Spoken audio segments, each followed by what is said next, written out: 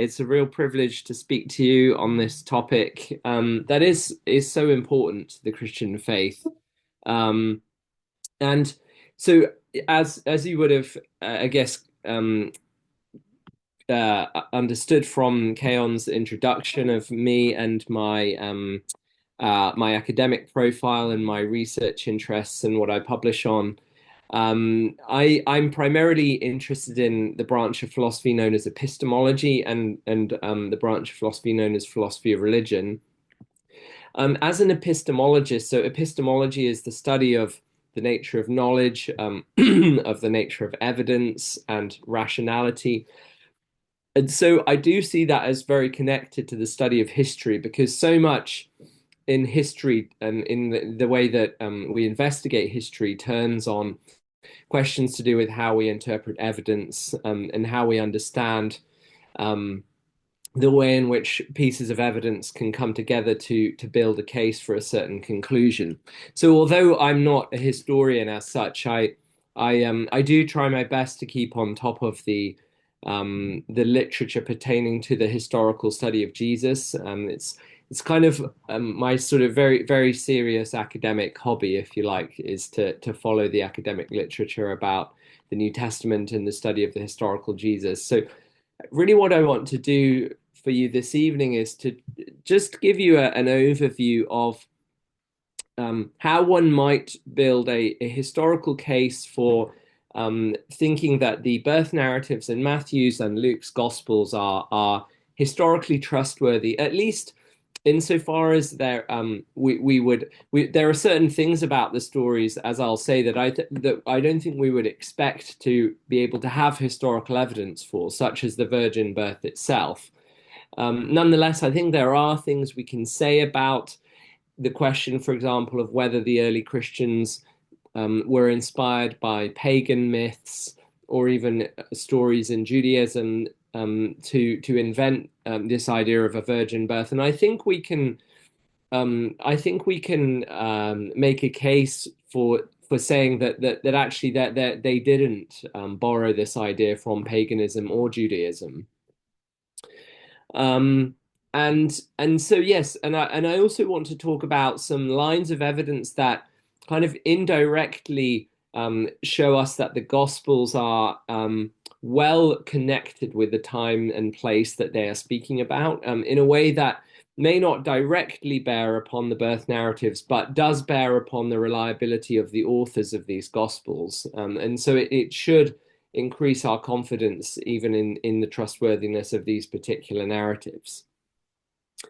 Okay, so to begin with, then, I just want to draw your attention to a fact that I think many people are unaware of, including many Christians, but certainly many people in the wider secular world, which is that among professional ancient historians, New Testament scholars, and so on.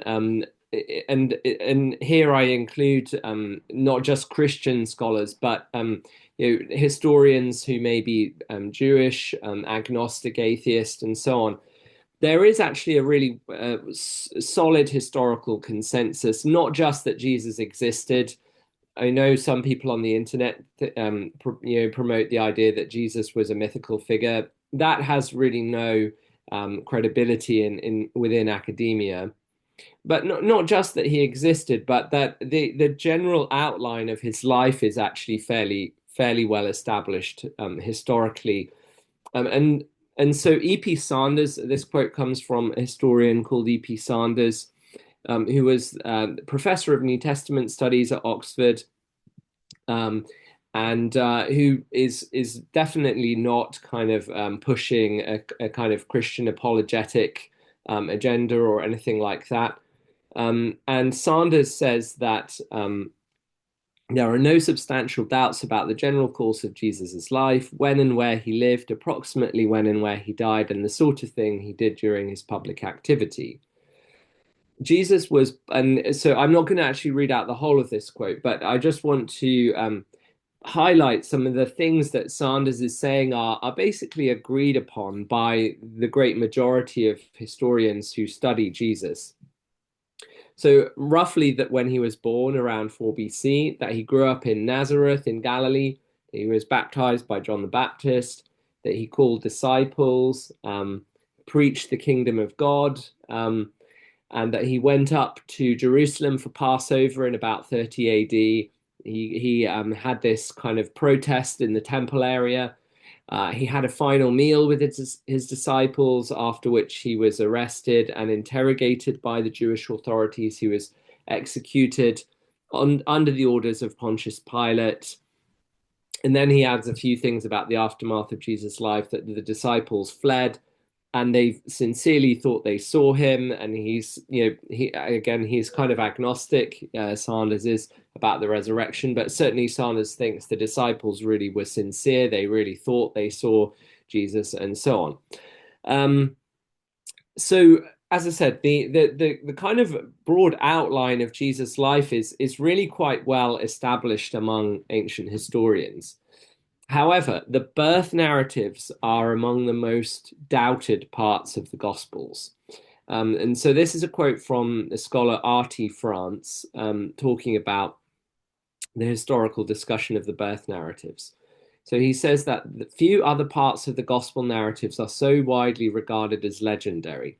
A common basis for this view is the presence of supernatural features, divine revelations in dreams, a moving guiding star, and a birth without a human father. None of these features is essential to the basic story of the birth itself, but the fact that the evangelists record them as part of their narrative account makes many modern readers doubt whether what they are reading is factual history. So we've got this situation then, as I said, where on the one hand, lots of aspects of Jesus' life are actually pretty well established and are agreed upon by historians. But maybe this isn't surprising, because the birth narratives pertain to the events that are furthest in the past from when the gospel writers are writing, but also because of some of the features of the story, as he says, supernatural elements, guiding star, angels, virgin birth, and so on. These birth narratives are among the most questioned aspects of the Gospels.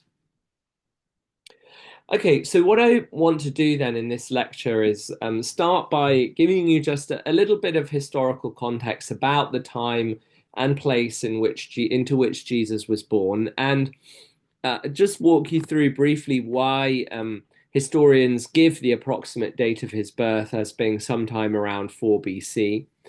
And then what I want to do is compare a more minimalist historical view of Jesus' birth, where you might affirm just the elements that are kind of are common to both Luke's and Matthew's accounts. And then I want to actually make the case for a more maximalist view of the birth narratives, where I'm going to suggest that there's evidence for thinking that these birth narratives as a whole are historically trustworthy.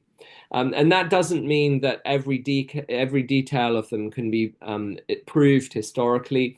I'm not going to claim that, but what I am going to make the case for is that there are some reasons for thinking that these birth narratives are not just kind of theological embellishments, that they actually do have some real memory behind them.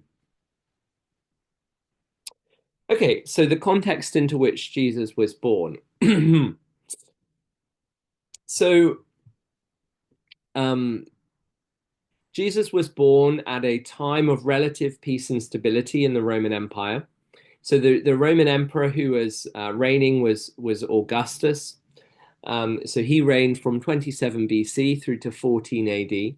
So he was the Roman emperor throughout, at least, most of Jesus' childhood. And yes, it was a time of relative peace and stability due to various reforms that Augustus had enacted, and it was a time that came to be known as the Pax Romana, the Peace of Rome. Now, Judea, Galilee, and Samaria. So those are the provinces which you might collectively refer to as Israel or Palestine. Judea, Galilee, and Samaria had been occupied by Rome since 63 BC. when the Roman general Pompey captured them. And Herod the Great. So that's when the gospel birth narratives talk about King Herod, they're talking about Herod the Great. So Herod the Great was appointed by Rome in 37 BC to be a client king of Judea, and so he was until his death in 4 BC. Herod was a pretty interesting figure, as I'll talk about later.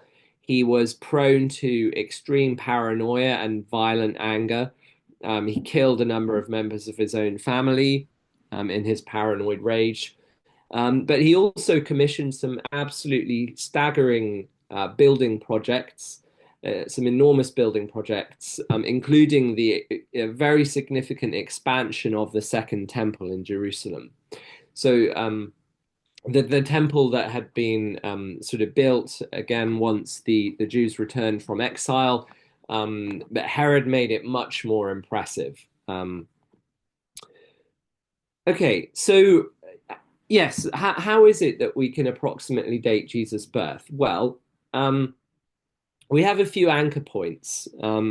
So as I said, we've got the reign. The two relevant emperors here are the emperors Augustus, who was the emperor for roughly the first half of Jesus' earthly life, and the emperor Tiberius, who was the emperor for roughly the second half of Jesus' earthly life. And then we've got Herod the Great, who, as I said, was reigning as this kind of client king, and he was reigning over Judea until he died in 4 BC. So, yeah, I mean, I would say the dating of Herod's death at 4 BC is fairly widely agreed on, and it has to do with the fact that Josephus says that there was a lunar eclipse around the time that Herod died, and that gives us an anchor point.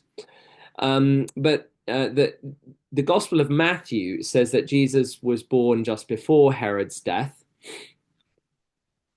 Now, what's interesting to see is that we can arrive at roughly the same approximate dating for Jesus' birth through two quite different methods, and this is interesting, and this is a good thing. So when we look at Luke's Gospel, Luke tells us that Jesus's ministry in Galilee started in the 15th year of Tiberius Caesar. And that's around 27 AD.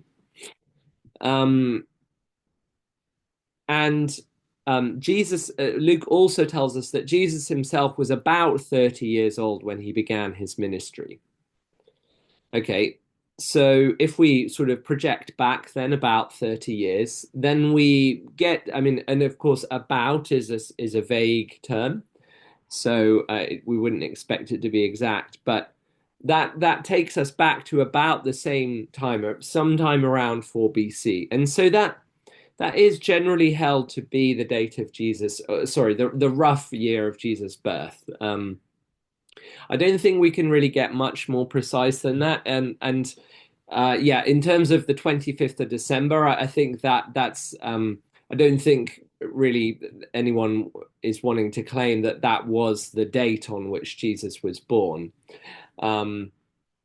But yes, and I appreciate it might sound a bit strange that Jesus was born in 4 BC when the Anno Domini calendar is supposed to be based around Jesus. But the reason for that is that I think it was 6th century monk who basically created the Anno Domini calendar didn't do the calculations quite right.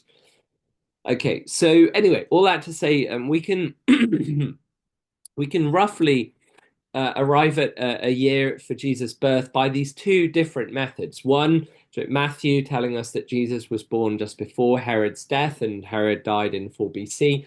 But then Luke telling us that Jesus' ministry started in 27 AD when Jesus was about 30 years old.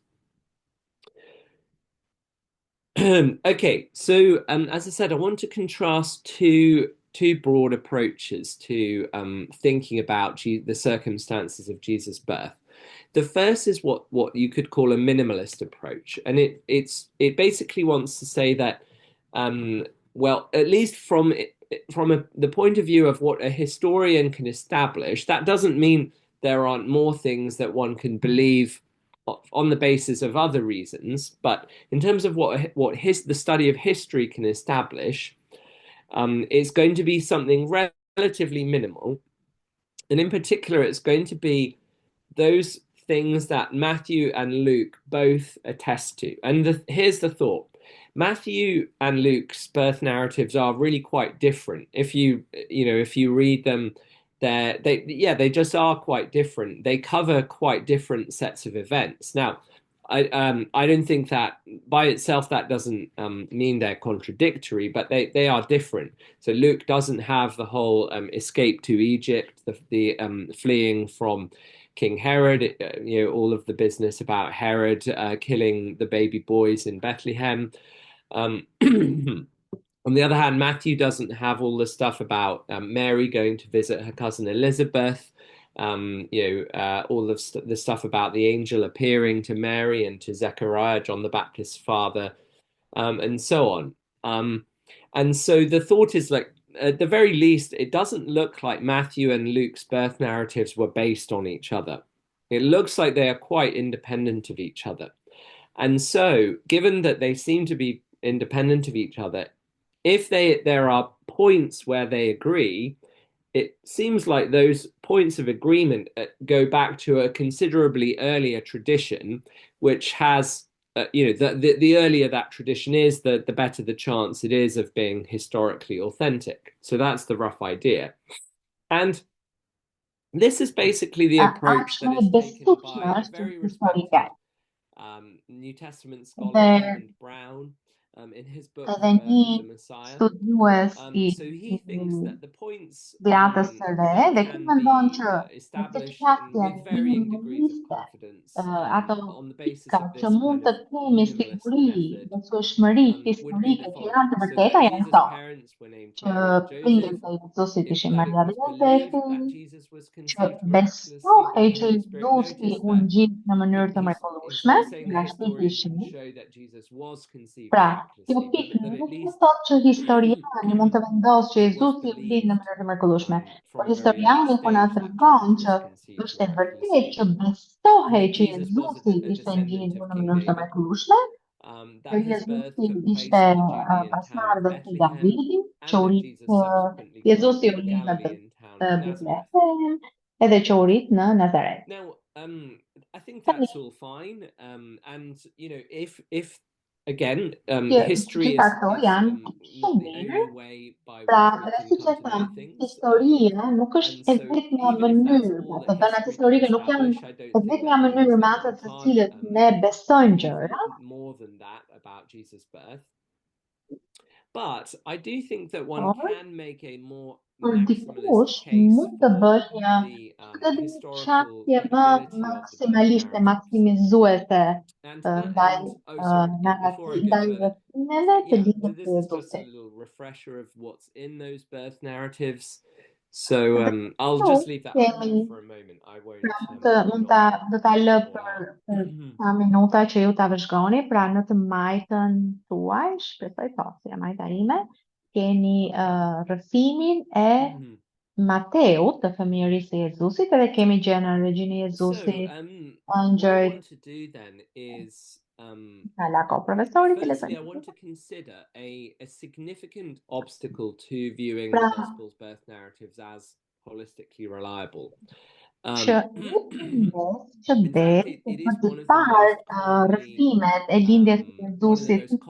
most commonly voiced historical objections to the Gospels in general, and that is the census that Luke describes.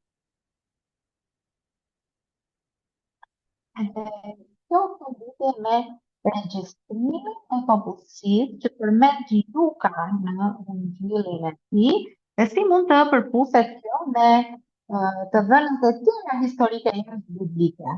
Më pas do të shikojmë 4 konsiderata të cilat në fakt japin mbështetje fapti që rrëfimet e Mëngjisit janë të besueshme nga ana historike?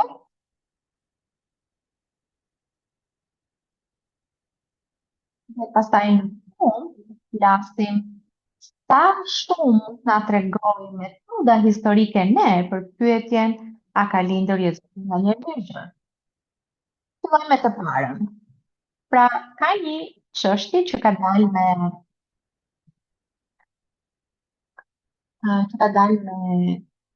historical problems for viewing the Gospels as reliable. So this is what Luke says in chapter 2 of his Gospel. So he says, in those days, Caesar Augustus issued a decree. Excuse me. In those days, Caesar Augustus issued a decree that a census should be taken of the entire Roman world. This was the first census that took place while Quirinius was governor of Syria, and everyone went to their own town to register. Now, one thing I should say at the outset is that I think this is the NIV translation. So there are a number of words that, depending on how we translate those words, it's going to make a big difference to how much of a historical problem there is here. So one thing is, you notice that it says the entire Roman world. So that makes it sound like an empire-wide census. So the phrase that Luke uses there in the Greek is holein tein oikumenein. Oikumene is a word that Luke uses elsewhere, and it can mean the whole world, but it can also mean the whole land, so something more localized like the land of Israel. And he does use it seemingly in that way in Acts 11 when he talks about there being a famine in the land. So that word oikumene, it doesn't have to be translated as the entire Roman world. It could be translated in a way that doesn't envisage an empire-wide census. So that's one thing. But as I'll say in a minute, there's also questions about how one might translate this sentence about this was the first census that took place while Quirinius was governor of Syria. Okay, so here's what is supposed to be the big problem. According to the records of the governors of Syria that we have, and so Syria, the Roman province of Syria includes Galilee and Judea. So Quirinius didn't start governing Syria until 6 AD. So that's basically 10 years too late for Jesus' birth. And the Jewish chronicler Josephus, who I'm going to be mentioning quite a bit in the next few minutes. So Josephus was, I should just pause and explain who Josephus was. So Josephus was a Jewish aristocrat who was who fought in the Roman Judean War that ended in AD 70. So when there was an uprising in Judea, and the zealots who were violently opposed to Rome rose up, and the Romans responded with brutal force, and they ended up completely desolating Jerusalem, and they destroyed the temple in Jerusalem in AD 70. And Josephus was on the side of the Judeans. He was one of the rebels, but he, by a turn of very improbable events, he ended up working for the Roman Emperor Vespasian, and he was at leisure for the rest of his life on the Palatine Hill in Rome to write books, and so one of the works that he wrote that's very useful for studying the historical Jesus is called The Antiquities of the Jewish People, and it's kind of it's Josephus's account of his own people up until his day, and so he gives us lots of detail about various events, various characters in first century Israel, Palestine.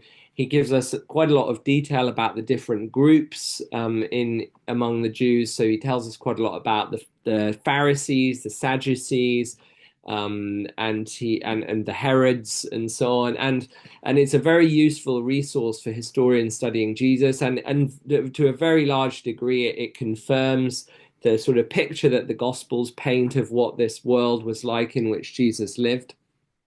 Okay, so here's the point for now, though, that Josephus records that there was a taxation census that took place in 6 AD and that led to a revolt. So if we look at this along our timeline, so over here we've got the birth of Jesus about 4 BC. And then there's this taxation census in 6 AD, which provoked a revolt. And that revolt was led by a figure called Judas the Galilean. And Quirinius's governorship took place from about 6 AD to about 12 AD. So basically the problem is this. So we do know about a census that took place under Quirinius. So you might think, that's good. That confirms Luke. But it's 10 years too late. So that's the problem. However, Luke clearly does know about the 6 AD census and the revolt that it provoked. Because in Acts chapter 5, verse 37, he explicitly refers to the census in the days of Judas the Galilean that led to this revolt. So he knows about that census. So, and the other thing is that Luke refers to the census around the time of Jesus' birth that he describes in Luke chapter 2. He describes that as the first census under Quirinius. So if he thought there was only one census under Quirinius, there would be no reason for him to say this was the first census under Quirinius. So this makes it sound like Luke knows that there was more than one census under Quirinius. So he's not, at the very least, I think we can say Luke is not just getting confused and thinking that this 6 AD census happened earlier than it did. He knows about that 6 AD census, and he knows when it took place. And he is saying, I suggest in Luke chapter 2, that there was another earlier census and that it happened under Quirinius. So then the puzzle is then, okay, but how can it have happened under Quirinius? Because Quirinius was governing too late for this supposed first census that happened at the time of the birth of Jesus.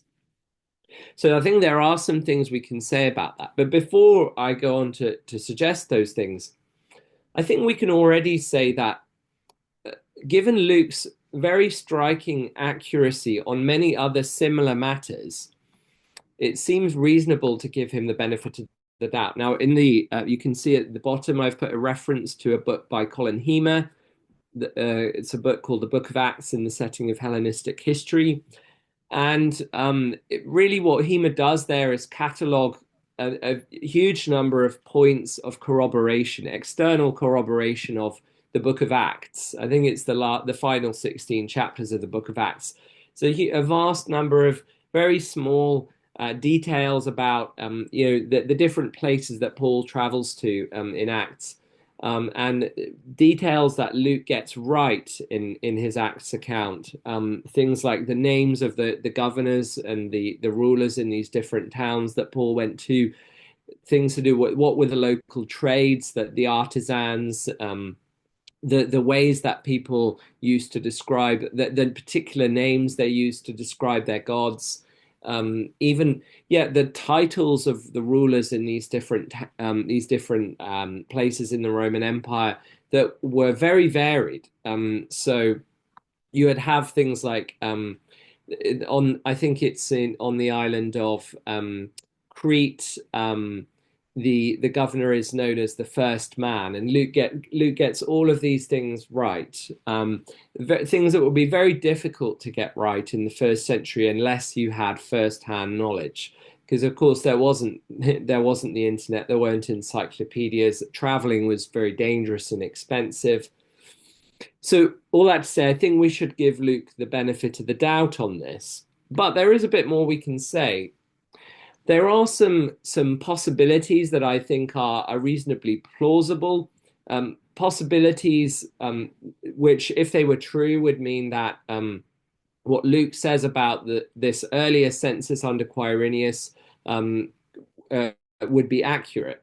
So one possibility is that the census that eventually led to this revolt in 6 AD, that census was a very slow process, and it was begun around 6 BC, and only ended up getting used for taxation purposes when Quirinius became governor in 6 AD. So that requires a certain way of translating some of the Greek words that's a little bit unusual, but it's not out of the question. Another possibility, and this is suggested in a very good survey of these issues by Darrell Bock in his commentary on Luke. Another possibility is that Quirinius did oversee an earlier census in 6 BC in some kind of administrative capacity prior to his formal governorship in 6 AD.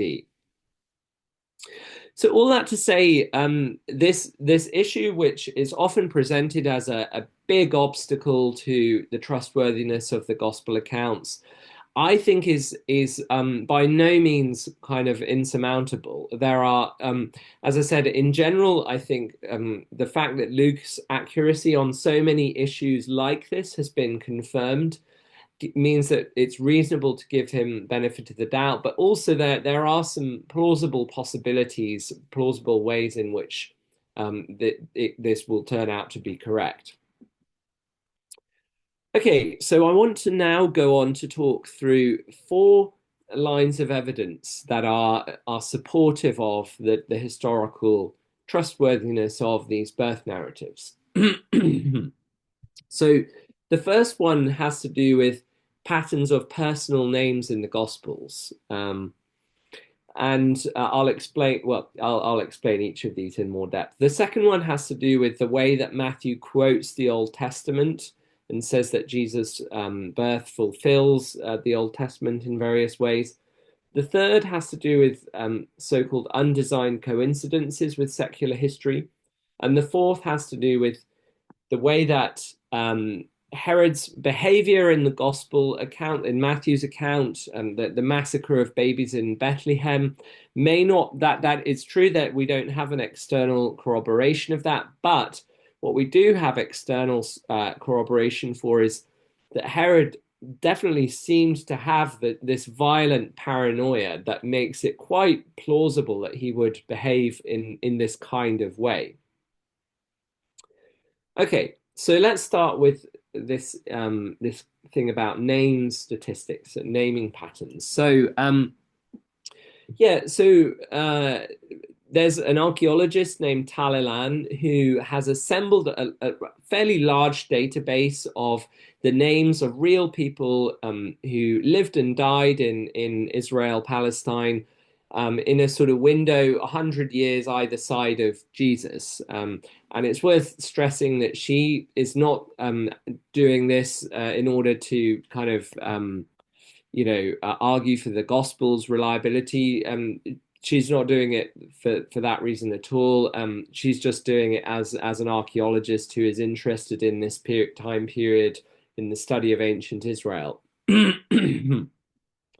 Now, the thing that's really interesting about this is that because she's got about 3,000 names in her database, that provides a nice way for us to test the authenticity of the personal names in the Gospels. So we can, for example, ask what percentage of the men in the Gospels are named Simon, and we can get some sense of whether that is the real proportion of the population at the time of Jesus that had the name Simon. And this is quite an interesting way of testing for historicity because, for one thing, personal names, especially names of minor characters, are very easy to forget. And another thing is that the ability to do a test like this is something that's only become possible in the last 20 years, maybe. And the idea that the gospel authors were deliberately trying to fabricate authentic name statistics is very implausible, I suggest. I think there's no reason at all to think that it would have even occurred to them to try and fabricate accurate patterns of personal names. So there is a paper that has recently been published in the Journal for the Study of the Historical Jesus by a pair of American scholars, Luc Van der Vee, who's a New Testament scholar, and Jason Wilson, who's a statistician. You can find that paper, it's open access. If you just search for why name popularity is a good test of historicity, put in those two names. I highly recommend it. It's a technical paper. It will take a bit of work to get through, but it's a very rigorously researched piece of work. Now, so this graph on the left here is basically representing the percentages of people in the Gospels who had a certain name, and it's comparing that with the percentage of people in this big archaeologist database that had that personal name. And then you've also got a line. You've got a line on the graph that represents the same thing for Josephus's writings, and so what you can see is already that at a broad level, the Gospels seem to be getting the most popular names right, and then in kind of descending order with some anomalies. So Eleazar or Lazarus is unusually sort of rare in the Gospels, and the name Jacob or James is overrepresented, but again, the Gospels sample size, there's about 80 male characters in the Gospels. So you would expect that there would be some outliers. You wouldn't expect a perfect match with the large sample. But basically, these two scholars performed a test called a chi-squared test, for a test for goodness of fit. And the easiest way I could explain that test is this. So suppose that you flip a coin let's suppose you flip a coin 20 times and you write down whether it lands heads or tails each time. And suppose that you want to try and get an estimate of how likely it is that this coin is fair. Okay, so what a chi-square test lets you do is make a comparison between what the hypothesis of a fair coin would predict, which is going to be, roughly 50-50 heads and tails. So half the time you should get heads and half the time you should get tails. And you can compare your actual sample with that, and it gives you a formula for coming up with a measure of how likely it is that you would have this particular outcome of heads and tails on the assumption that this coin is fair. And so basically, they've done this statistical test, and what they've asked is like, how likely is it that we would have this particular sample of personal names in the Gospels if the Gospels' names are really drawn from the population at the time of Jesus? And they get a figure of about 85%, 85% likely. And they perform that test also on Josephus, and they actually get a significantly lower figure for Josephus. And here's what's really interesting. They've also compared it with historical novels. So there's a novel by Louis de Wohl called The Spear. So this was a modern author. But here's the point. Louis de Wohl was writing a realistic historical fiction, and he had access to all of the works of Josephus and various other things, the Dead Sea Scrolls and so on. And he was trying his hardest to make this novel as realistic as possible.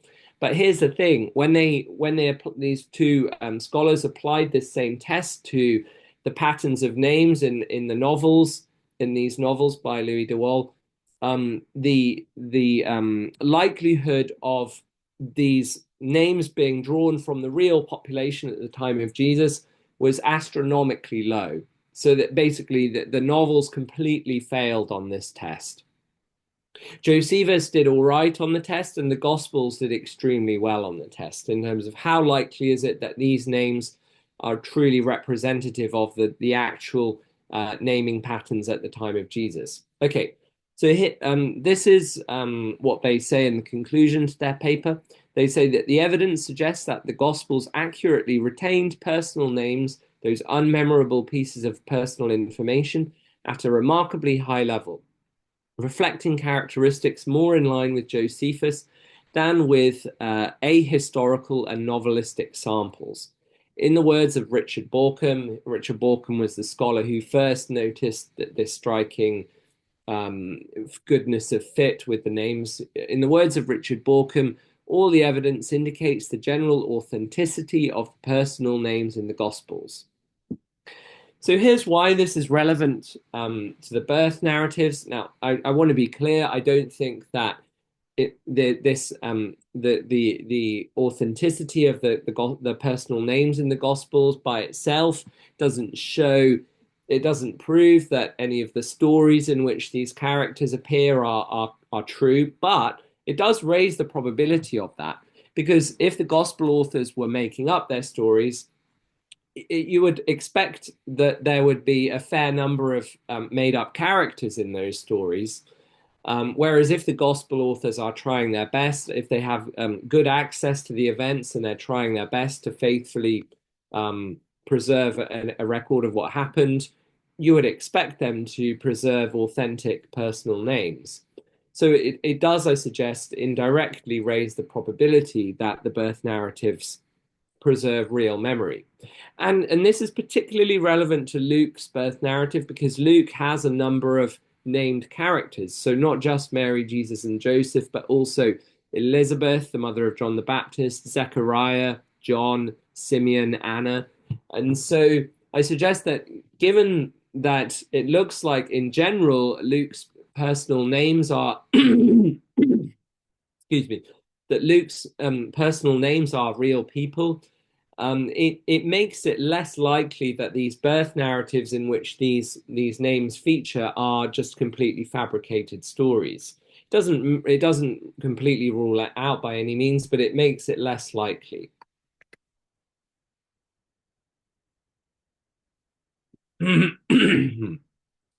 Okay, so let's turn to another line of evidence that I suggest is supportive of the authenticity of the birth narratives. Okay, so Matthew's birth narrative has lots of what scholars call fulfillment formulae. So that's to say, Matthew likes to quote bits of the Old Testament and say that this event in Jesus around Jesus' birth happened in order to fulfill this text in the Old Testament. So, for example, when Mary, Jesus, and Joseph have to flee to Egypt to be out of danger from Herod, and then when they come back out of Egypt, Matthew quotes Hosea 11, verse 1, "Out of Egypt I called my son." Now, the really striking thing about that is that Hosea 11, verse 1 is very clearly talking about the Exodus in the Old Testament, right? And it wasn't a text that was being routinely read by Jews at the time of Jesus as being a prophecy about the Messiah. Now, I just want to be really clear. I'm not saying that Jesus doesn't fulfill the Old Testament, but here's the point. A number of the texts Matthew uses and quotes and says that this happened around Jesus' birth in order to fulfill this. A number of the texts from the Old Testament that Matthew uses are not by any means the most obvious texts that you would use if you were trying to prove Jesus' messiahship. So, as I said, Hosea 11, verse 1 is in the context of Hosea is clearly talking about Israel coming out of Egypt in the Exodus. So, I want to suggest that it's unlikely that Matthew just went to the sort of go-to texts in the Old Testament that were read as being messianic prophecies and then used those as the basis to make up a birth narrative for Jesus. Rather, it looks more plausible that Matthew really had historical knowledge of events around Jesus' birth and then sought to find Old Testament texts that could frame these events. And again, I'm not saying that Jesus doesn't fulfill these texts, and there's things that one could say about how Hebrew prophecy works in terms of kind of a near fulfillment and a far fulfillment.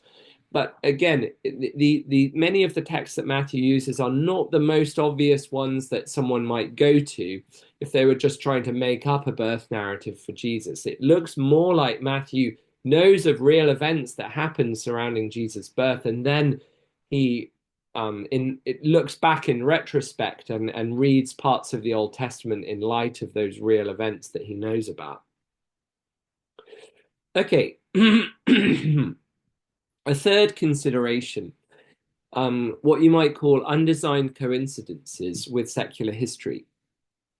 So, an undesigned coincidence, just to explain this idea a bit, an undesigned coincidence is where you have two different sources that give non-overlapping testimonies, but they appear to kind of fit together in a way that sort of that one explains the other. They fit together in a satisfying way, but because they are non-overlapping, it doesn't look like the authors collaborated to produce this sense of it, one thing explaining the other.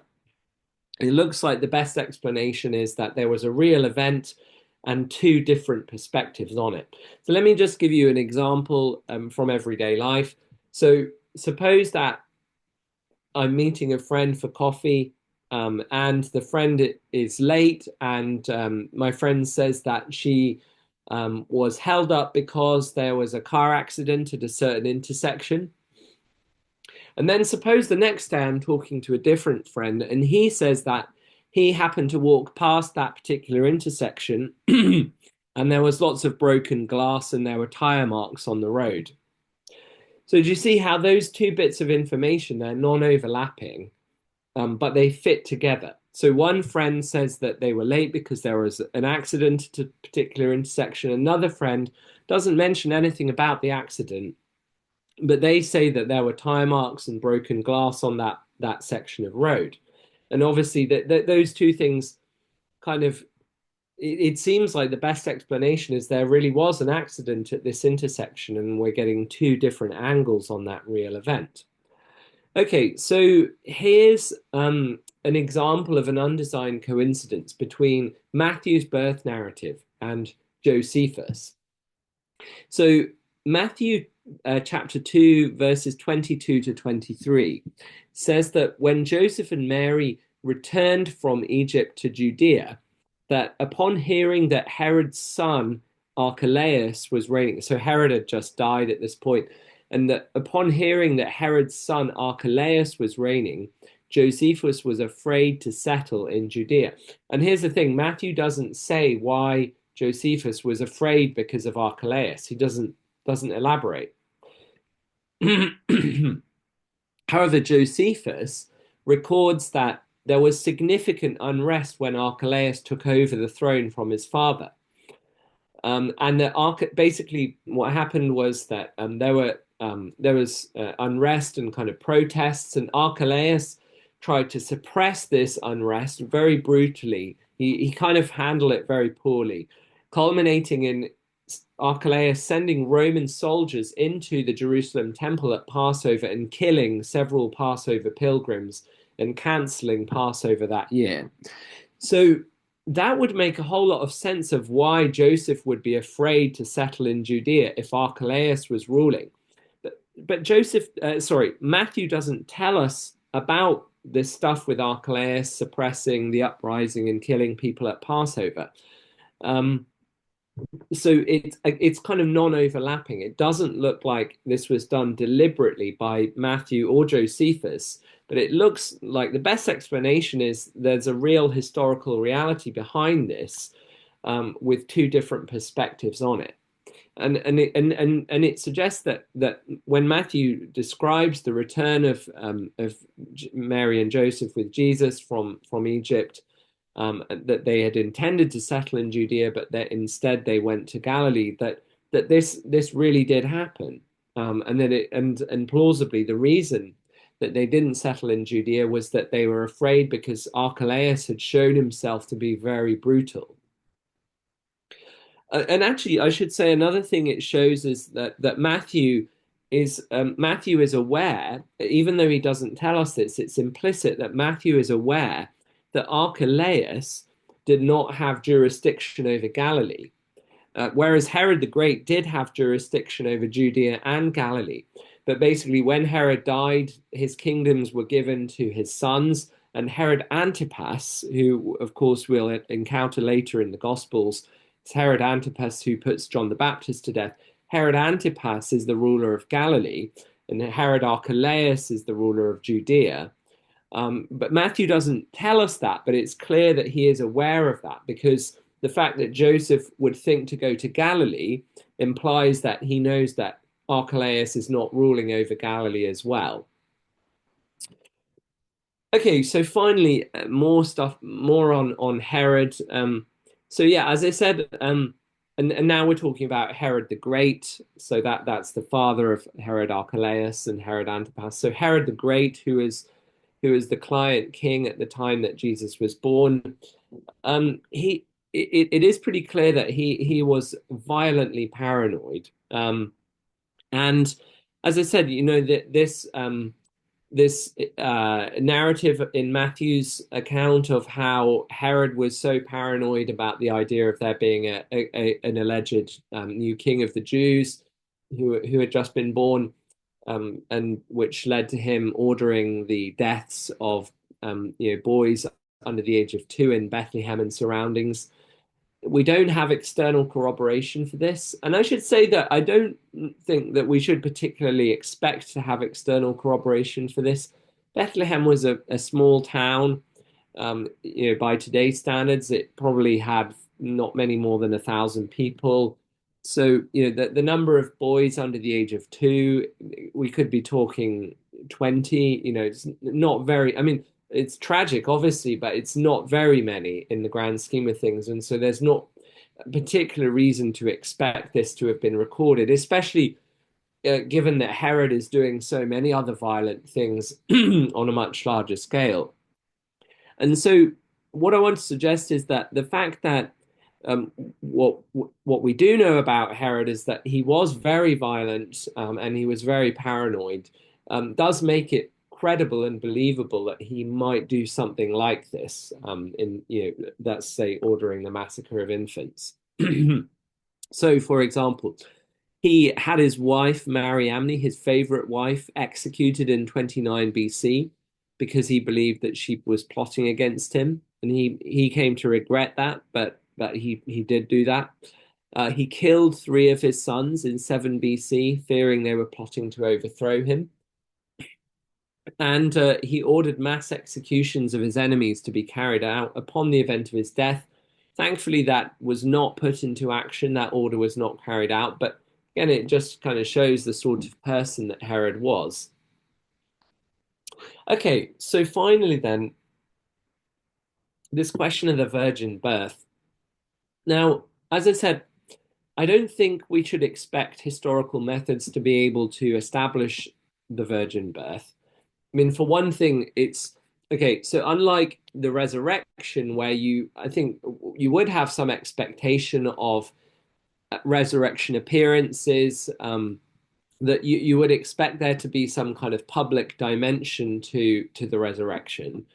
A virgin birth, a conception, miraculous conception, like what kind of testimony, what kind of external testimony could you hope to have of that kind of event?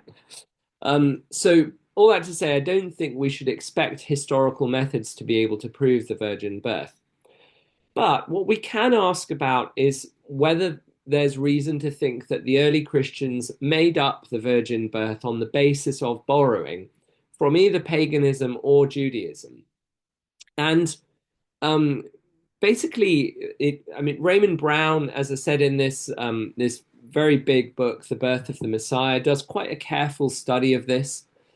And he argues that in short, that the pagan alleged pagan parallels that might have been the basis, actually they just fall apart when you look at them in detail.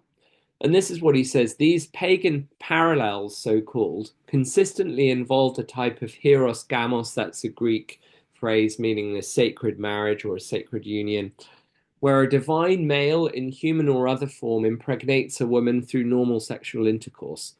In short, there is no clear example of virginal conception in world or pagan religions that plausibly could have given first century Jewish Christians the idea of the virginal conception of Jesus. This image on the left here, by the way, is supposed to be Zeus, the Greek god Zeus, seducing Persephone. So basically, these pagan so-called parallels generally involve sexual union between a god and a human woman. They just are not really at all like the virgin conception in the Gospels. Okay, as for Jewish parallels, so really what you find in there's plenty, well, there's a fair few stories in the Old Testament of a miraculous a sort of miraculous fertility in old age, if you like. So the one that most readily comes to mind is Abraham and Sarah. So you've got a few of these kinds of accounts, and really, you know, John the Baptist's conception is in that sense quite similar to to Abraham and Sarah and the conception of Isaac. Miraculous fertility in old age, but there really isn't anything that looks like a lot like the miraculous conception by the Holy Spirit with no human father involved in the case of Jesus. And so Raymond Brown concludes that we remain without real proof of the existence in Judaism of the idea of a virginal conception that might have influenced Jewish Christians in their thinking about Jesus. Also, I just wanted to mention an idea that has been put forward by the philosopher Lydia McGrew, and I think this is quite an interesting thought. So Lydia McGrew basically says that, look, if we have good reason for thinking that Luke's account of the birth, Luke's birth narrative is in part based on the testimony of Mary, and she gives it makes an extensive case for that, and she's not the only person to make that case. That the very respected New Testament scholar Richard Bauckham has argued that.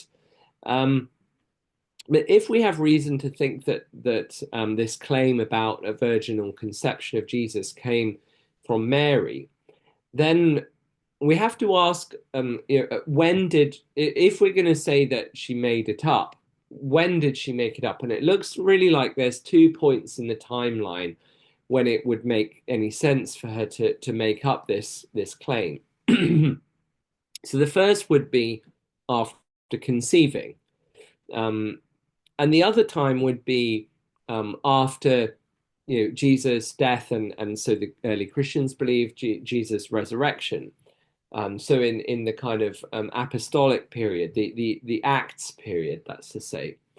And Lydia argues that basically, Lydia McGrew argues that there's very strong reasons for thinking that actually neither of those points would it be likely that Mary would invent this claim of a virgin birth.